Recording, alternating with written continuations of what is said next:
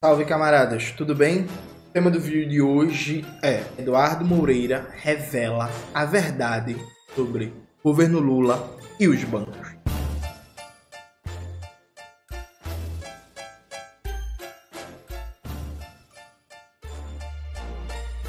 Antes de começar propriamente o tema do vídeo do canal, quero muito agradecer a você que ajuda a manter e melhorar nosso canal a partir do Apoia-se.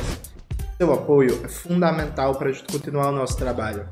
Se preferir, o Pix está aparecendo aqui como QR Code na tela do vídeo. Camaradas, Eduardo Moreira, meu querido amigo Edu, lançou um vídeo muito bom, mas muito importante sobre o aumento da taxa de juros para 15% da taxa Selic feita pelo Banco Central, dirigido pelo Gabriel Galípolo. Galípolo, que é o indicado de Lula e Haddad, né? Dirigiu o Banco Central, assim como toda a diretoria. E também colocando algumas propostas políticas no debate, né, que deveriam ser o básico de qualquer pessoa que se entende como esquerda. Veja, as propostas que o Edu vai citar não precisa nem ser comunista para defender, viu? Presta atenção. Não precisa nem ser comunista, né? A gente vai aqui fazer um reactzinho rápido, ver o que o Edu tá falando. Eu acho que são temas muito importantes que a gente precisa prestar atenção. Então, o vídeo já está aqui engatilhado. Vamos ver o que fala nosso Eduardo Moreira. Fala, Edu. Deixa eu ver como é que tá o áudio aqui. Tá de boa. Vamos lá. Então, esse é o primeiro ponto que é importante falar. Segundo ponto que é importante falar. Muita gente fala assim, pô, mas vem cá, agora que é o Galípolo, você não critica, né? Você não fala mal. E vamos já começar tirando aqui o elefante da sala. O Galípolo é meu amigo. É meu amigo e eu gosto pra caramba do Gabriel Galípolo, tá? Dito isso, eu queria falar uma coisa para vocês. Eu tenho críticas ao Banco Central, muitas, tá? Eu acho que, por exemplo, a gente hoje, né, tinha que encarar de vez a metodologia que existe no Banco Central para fazer todas as previsões deles. Eles usam as fórmulas que eles usam para dizer o quanto, se a gente subir os juros ou cair os juros, o quanto vai ter de impacto na inflação. Gente, esse negócio, é óbvio que esse negócio está absolutamente ultrapassado. As equações, as correlações, todas essas mudaram absurdamente. Basta dizer que no Roberto Campos Neto, o cara fazia a previsão de que se os juros fossem para tanta, a inflação ia para 30%, para 20%. E, obviamente, nunca foi para os números onde ele falava. E nos relatórios de inflação ele errava todas. E errava por muito. Então, assim, as equações do Banco Central estão erradas. Estão erradas, mas elas são importantes para manter o medo das pessoas. Mudou essa metodologia? Mudaram essas equações? Que eu saiba, nada. O Boletim Focus. A turma manipulou o Boletim Focus. O mercado, os bancos manipularam. Um crime, uma vergonha. Com a ajuda da mídia. Mudou a regra do negócio do Boletim Focus? Que eu saiba, nada. Lembrando, o Boletim Focus... Deixa eu abrir a tela aqui. O Boletim Focus foi criado por FHC, né? O segundo mandato da FHC, que é basicamente o mecanismo de democracia direta do grande capital. O Banco Central escuta banqueiros, investidores, financistas, e eles vão dizer quanto eles têm de expectativa, por exemplo, da taxa de juros. E aí, na prática, essas expectativas do mercado são incorporadas ao modelo decisório do Banco Central e viram uma profecia autorrealizável. O mercado, a partir do Boletim Focus, diz que espera um aumento da taxa de juros e o Banco Central responde a tal expectativa do mercado aumentando a taxa de juros. É o quinto mandato petista e nunca se mexeu no Boletim Focus. Quinto, viu? Não é o primeiro, não é o segundo, não é o terceiro. É o quinto mandato petista e nem Lula, nem Dilma nunca mexeram no Boletim Focus. O Boletim Focus continua sendo um mecanismo que não escuta acadêmico, que não escuta sindicalista, que não escuta pequeno produtor rural, que não escuta pequeno comerciante, que não escuta trabalhador da construção civil, que não escuta assentado de reforma agrária e por aí vai. Quinto governo petista, Boletim Focus segue exatamente do mesmo jeito. Feito? Mas aí vamos voltar aqui com o Edu. Então, assim, tem um monte de críticas que valem a pena fazer e coisas que valem a pena a gente pressionar. Mas, uma coisa muito importante a gente dizer, e ninguém tem coragem de falar isso, e eu vou falar isso aqui. Vamos lá. A verdade é que hoje, se a gente colocar qualquer pessoa no Banco Central e não mudar a lógica do nosso modelo econômico, não vai adiantar nada. Você pode botar quem você quiser de presidente do Banco Central. Sabe o que vai acontecer? O que vai acontecer é o seguinte, quando aumentar um pouquinho a inflação, o cara vai sair subindo juros. O dólar começou a esticar para cima, vai subir juros. A economia começou a voltar um pouco mais forte, vai subir juros. Por quê? Porque a lógica econômica hoje nos torna refém disso. Então, vamos lá. Quando o Galípolo assumiu o Banco Central, estava ali o dólar acima de 6, o negócio degringolando todo, caos, terror e pânico. Vamos supor que o cara tenta dar uma de herói ali, fazer, eu vou cair 10% os juros, né? O que ia acontecer? Ia acontecer o seguinte, caos generalizado. Por quê? Porque isso não ia vir junto com o enfrentamento do governo de uma mudança necessária que a gente precisa da economia. Agora, se a galera acha que a gente vai ter um governo que não luta contra as privatizações que foram feitas, que tem como principal bandeira o ajuste fiscal, a responsabilidade fiscal, que a gente vai ter um governo que não fala em dar força para as nossas estatais. Pelo contrário, abre caminho para a gente privatizar mais coisa ainda. Se a gente acha que a gente vai ter um governo que defende todas essas bandeiras e o Banco Central vai chegar lá e vai começar a cair juro, vocês estão vivendo o mundo dos sonhos. Só dando nome aos bois, o governo que faz isso é o governo Lula, viu? É por isso que eu disse que sempre foi um teatro esse negócio da luta de Lula contra o Campos Neto. Eu soltei um vídeo no canal, né, semana passada, sobre o aumento da taxa de juros. O Maxwell tá colocando aí na tela. Eu vou repetir de maneira mais rápida o que eu falo nesse vídeo. A compreensão de macroeconomia, compreensão dos problemas econômicos brasileiros, do Banco Central neoliberal do Campos Neto e do Ministério da Fazenda do governo Lula é exatamente a mesma. Exatamente a mesma.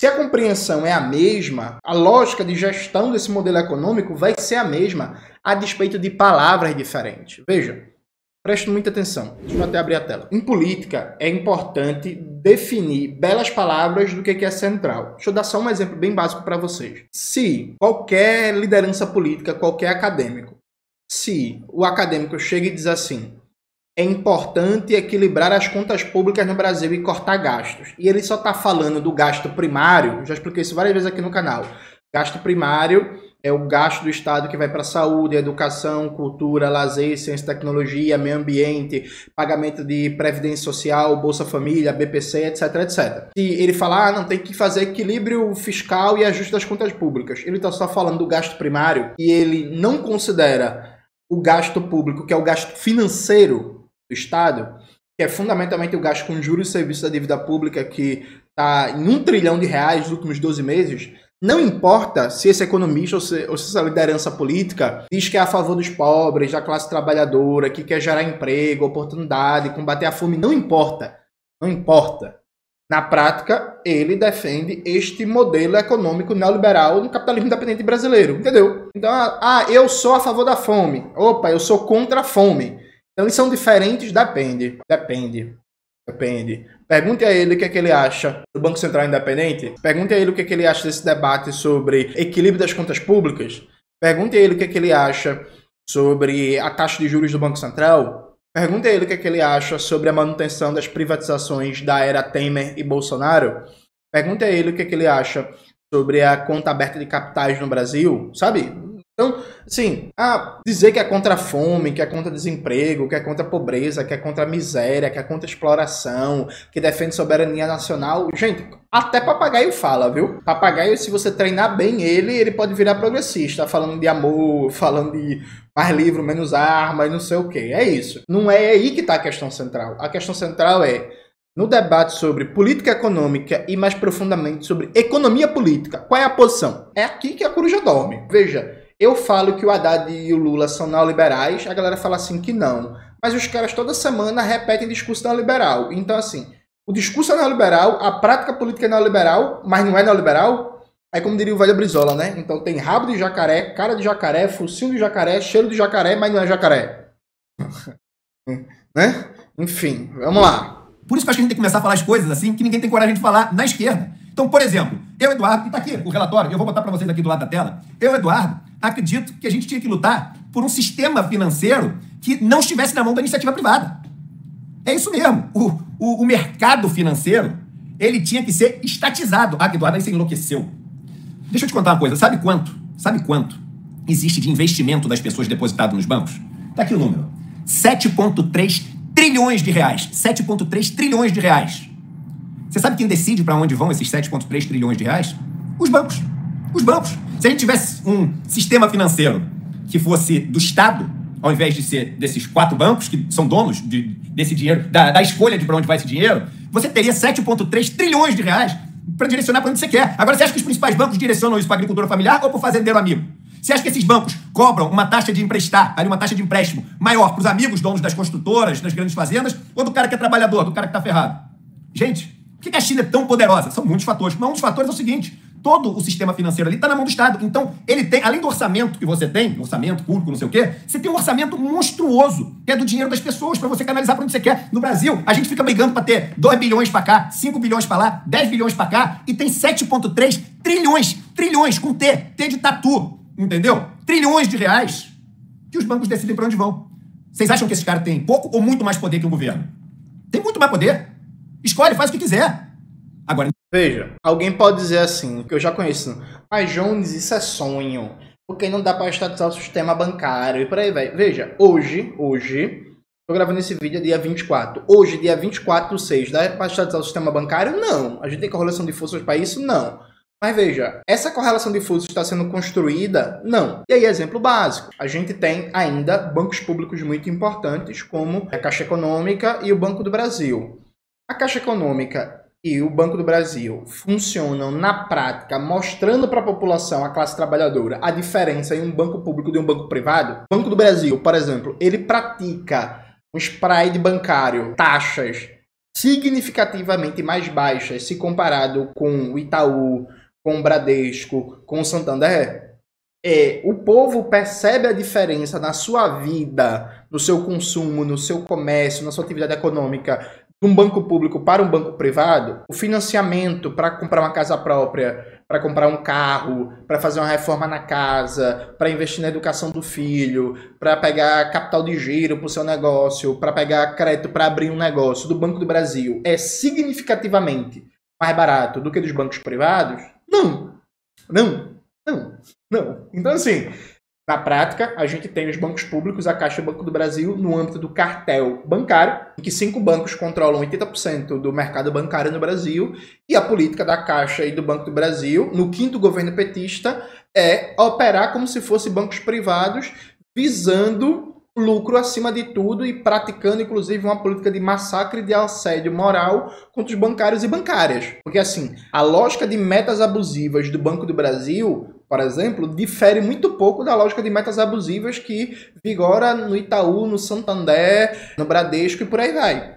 Então, assim, você poderia hoje começar um movimento político nacional, debater a necessidade de estatizar o sistema financeiro a partir da prática, né? Porque a prática é o critério da verdade, já diria Mao Zedong e Lenin, mostrando para a população a diferença e a importância de se ter um banco público e a partir daí ir avançando, criando um movimento de massas para colocar isso na ordem do dia da luta de classes no Brasil. Isso é feito? Não. Mas, Jones, o Congresso não passa pelo Congresso, viu? Jones, mas isso ia dificultar as negociações do Congresso. Provavelmente, mas e aí? O fato de ter entregue a Caixa Econômica para o Arthur Lira facilitou o que no Congresso? Assim, eu acho engraçado que tem uma galera que diz assim, tudo que é para enfrentar fala das consequências negativas. Beleza. Pode acontecer, é isso. Luta, né? Luta de classes. Pode perder, pode ganhar. Mas eu acho engraçado como nunca se debate as consequências negativas da rendição. Aí eu pergunto para você, meu amigo governista, qual foi a consequência de entregar a Caixa Econômica Federal para o controle de Arthur Lira? Porque assim, a Caixa Econômica foi entregue para o controle de Arthur Lira, né? Isso, dentre outras coisas, nega qualquer possibilidade de tirar a Caixa Econômica do cartel bancário e agir como deveria agir um banco público. O que foi que isso melhorou a vida do governo Lula no Congresso? Assim, qual foi a pauta popular?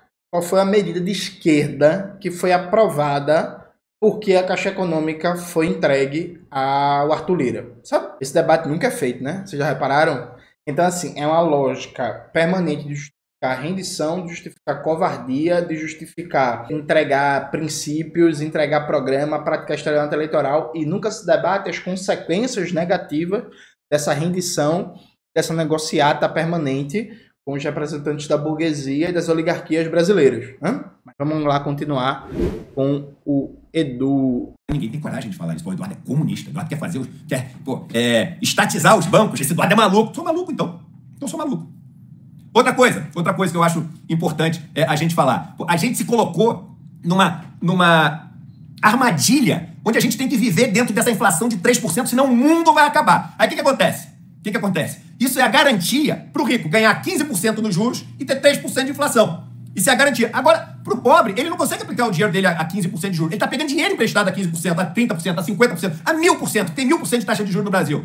Quem disse que se a inflação fosse 5%, eu vou até falar de 10% ao ano, isso não poderia ser melhor? Eu não sei, mas não se discute.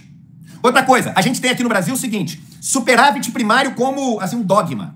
É uma religião. O que quer dizer? Quer dizer o seguinte, que, assim, a gente tem que ficar desesperado para pagar antes o dinheiro dos banqueiros, antes do quê? Antes do que o dinheiro da educação, antes do que o dinheiro da saúde, antes do que o dinheiro do aposentado, antes do que o dinheiro para consertar a estrada. antes do que o dinheiro para construir novas instalações, para a gente se modernizar. Antes de tudo isso, tem que pagar o dinheiro do banqueiro. Por quê? Porque é mais importante. E aí, veja se você me entende. Enquanto a gente se basear no tal do tripé macroeconômico, enquanto a gente santificar o superávit primário, enquanto a gente der esse poder todo para os bancos, eu já falei aqui várias vezes, aquela história da poupança, por que a gente não reformula inteira a poupança, tira esse dinheiro dos bancos todos, desses fundos onde eles mandam, põe tudo para caderneta de poupança, faz uma poupança multitrilionária. E aí o governo direciona para onde vai a poupança. Tem maneira de fazer, só que enquanto a gente deixar isso tudo na mão dos bancos, enquanto a gente tiver essa história da responsabilidade fiscal mandando em tudo, enquanto a gente tiver esse fantasma, esse terror, que se a inflação não for 3%, pô, o mundo vai acabar. Enquanto a gente tiver tudo isso, galera, vocês podem botar quem vocês quiserem no Banco Central, que vai subir juros. Vai subir juros, e não quero tirar a culpa, nem botar a culpa. Veja, é importante dizer uma coisa, né? A meta de inflação é definida pelo Conselho Monetário Nacional. O governo Lula tem maioria no Conselho Monetário Nacional desde janeiro de 2023. O Conselho Monetário Nacional é formado pelo presidente do Banco Central, que era o Roberto Campos Neto, ministro da Fazenda, Fernando Haddad, e Simone Tebet. Por 2 votos a 1, o governo poderia ter mudado a meta de inflação e tirado essa meta de inflação em reais 3%. O governo Lula decidiu não fazer. É o 5º governo petista e nunca foi enfrentado a herança macroeconômica da FHC e na prática o que teve foi alguma flexibilidade de política econômica, mas mantendo o marco de macroeconomia neoliberal montado por FHC. Então, regime de superávit primário, de metas de inflação e de câmbio flutuante do modelo da FHC está vigente até hoje. E aí a galera fica puta, pode me chamar de antipetista, pode, eu cheguei no momento da minha vida, nem me importo mais com isso, viu? Mas se o FHC monta uma macroeconomia neoliberal e é o 5º governo petista gerindo essa macroeconomia neoliberal, isso é um projeto político neoliberal, viu? Júnior, mas queria fazer, mas não tinha força. Mentira. Me diga aí qual foi o momento da história brasileira, porque talvez eu estivesse, sei lá, dormindo, né? Qual foi o momento da história brasileira que o governo Lula se propôs a desmontar o legado macroeconômico do FHC? Qual foi o momento? O governo realmente foi para cima, mobilizou a sociedade, comprou enfrentamento para tentar. Pode não conseguir, poderia ter sido derrotado, mas assim, qual foi o momento que o PT e o Lula tentaram desmontar a macroeconomia do FHC e estruturou um padrão de acumulação capitalista dependente no Brasil que está centrado na renda da terra, né? Na produção primária exportadora, no rentismo e na permanente desnacionalização da economia, aprofundando a força e a dependência do capital estrangeiro. São os 3 pilares: atividade primária exportadora, rentismo, capital estrangeiro, né? Atividade das multinacionais. Tudo isso unido a partir da superexploração da força de trabalho e da transferência de riqueza para fora. Quando foi que isso foi enfrentado? Quando? Sabe? E não é coisa do governo Lula 3 não, viu? No governo Lula 1 e 2, quando foi que isso foi enfrentado? Mesmo na época do Ministério da Fazenda do Guido Mantega, o que o Guido Mantega fez foi buscar uma maior flexibilidade para ampliação do gasto público neste modelo. Mas quando foi que esse modelo foi enfrentado? Quando foi, como diria o nosso amigo Tiago, que já veio aqui no Fora Brasil várias vezes, quando foi que o novo consenso macroeconômico neoliberal foi enfrentado? Nunca, né? Quinto governo petista. Vou dizer uma coisa para vocês. Eu vou viver bem muito. Ter bem muita saúde. Eu vou participar do debate nacional. Eu vou participar desse debate em que a gente vai fazer uma leitura crítica sobre como o Brasil, na perspectiva da classe trabalhadora, perdeu oportunidades históricas nesses últimos 20 anos de enfrentar interesses estratégicos da classe dominante e do imperialismo, quando teve várias oportunidades para fazê-lo e não aproveitou porque o Lula e o PT não quiseram, dentro da lógica do lulismo, que é negar qualquer conflito, qualquer confronto político, tentando mostrar-se uma força da ordem, né? Uma força de parte do sistema, mas com preocupação social. Esse debate vai explodir cedo ou tarde no Brasil, as pessoas vão se dar conta disso, e eu vou participar desse debate, tenho certeza absoluta. Porque, assim, oportunidade para colocar em jogo o legado neoliberal estruturado no Brasil por FHC não faltou e nunca foi feito. Mas vamos continuar. No Galípolo, escolhe um outro nome qualquer, mais radical. E aí eu vou falar a última coisa desse vídeo. Quem chegou até aqui vai ouvir a verdade mais dura do mundo. Sabe o que é uma ideia hegemônica? Uma ideia hegemônica é aquela ideia que todo mundo acaba que acredita nela. É meio que o default, é o padrão da tua cabeça. Então mesmo quando tu diz que não acredita, se ela é hegemônica, cuidado, irmão. Cuidado que pode ser que tu acredite. E eu vou te falar, o neoliberalismo, ele é hoje hegemônico e é no Brasil. Então, a maioria dos economistas de esquerda, fala, grita, é contra isso, é contra aquilo, não sei o quê, mas no final das contas, o cara acredita. Ele não acredita no que ele fala. Ele acha que no final tem... Alô, André Roncalha. Alô, Paulo Gala. Alô, Guilherme Melo.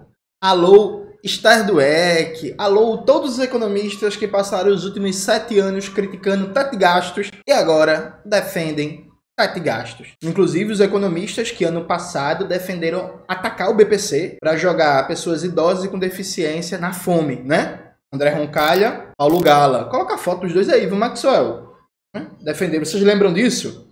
Vocês lembram que o André Roncalha é esse mesmo que paga desenvolvimentista, não sei o que, ano passado defendeu atacar o BPC, inclusive mentiu sobre o BPC? Tem vídeo no canal sobre o tema, bota aí na tela, Maxwell. Isso não é responsabilidade do Edu, não. Quem tá falando isso sou eu, viu? Falando isso sou eu. Na real, vou dizer uma coisa pra vocês. Esses economistas ditos de esquerda, keynesianos e tal, o sonho desses caras é ser bem aceito pela Rede Globo e pelos bancos. Eles ficam em seminário acadêmico, em espaço de esquerda, porque a banqueirada não quer eles.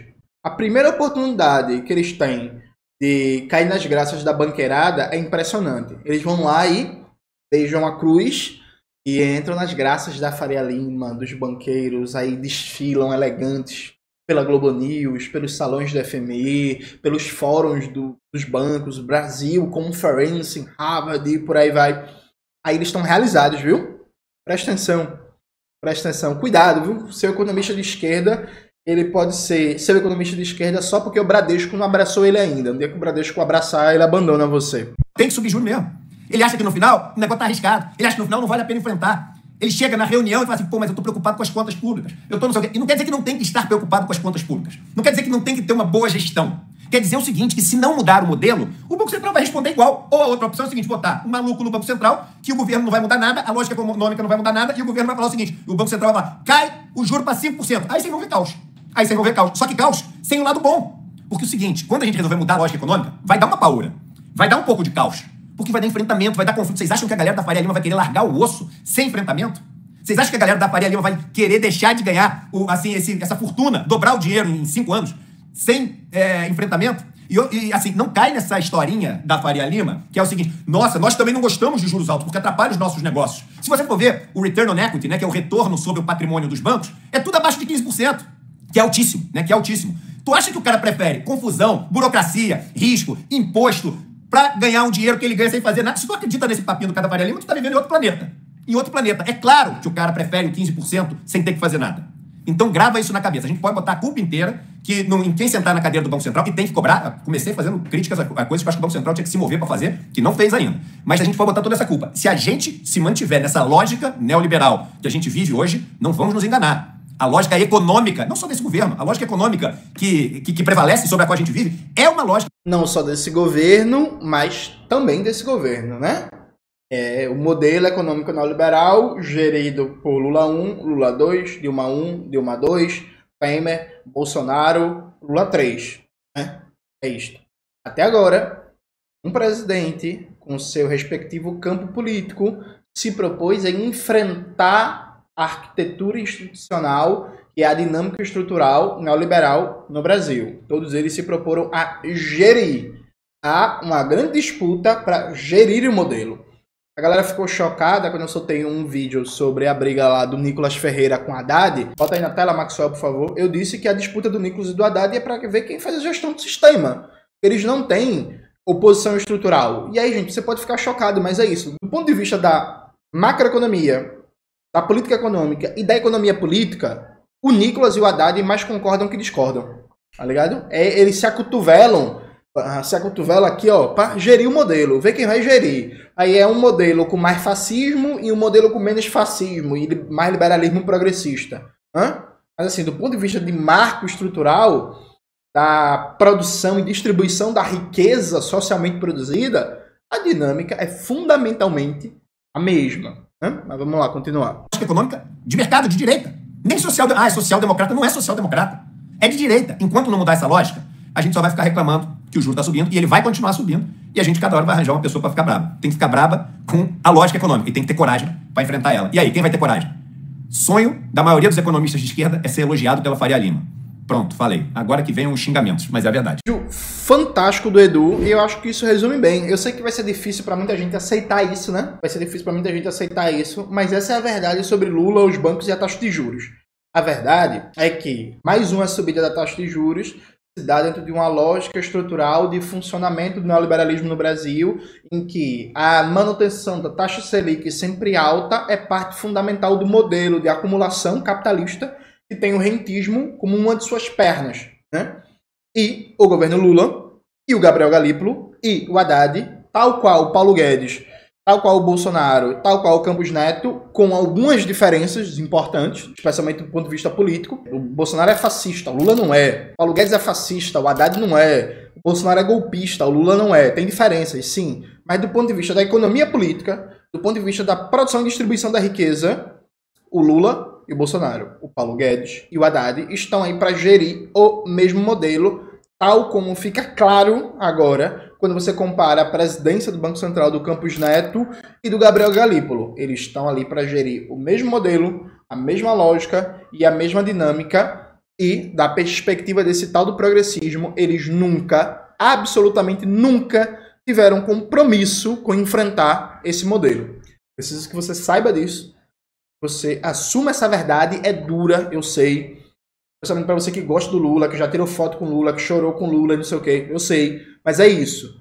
É uma lógica de gestão da ordem neoliberal. E aí, dentre outras coisas, essa gestão da ordem neoliberal do capitalismo dependente brasileiro faça com que o Brasil não tenha futuro, de fato. Mas isso são diálogos para a gente continuar aqui desdobrando. É isso, galera. Espero que vocês tenham gostado do vídeo hoje do canal. Não se esqueça de se inscrever no canal, ativar o sininho, curtir esse vídeo, compartilhar, tudo isso que vocês já sabem. Um beijo e até a próxima.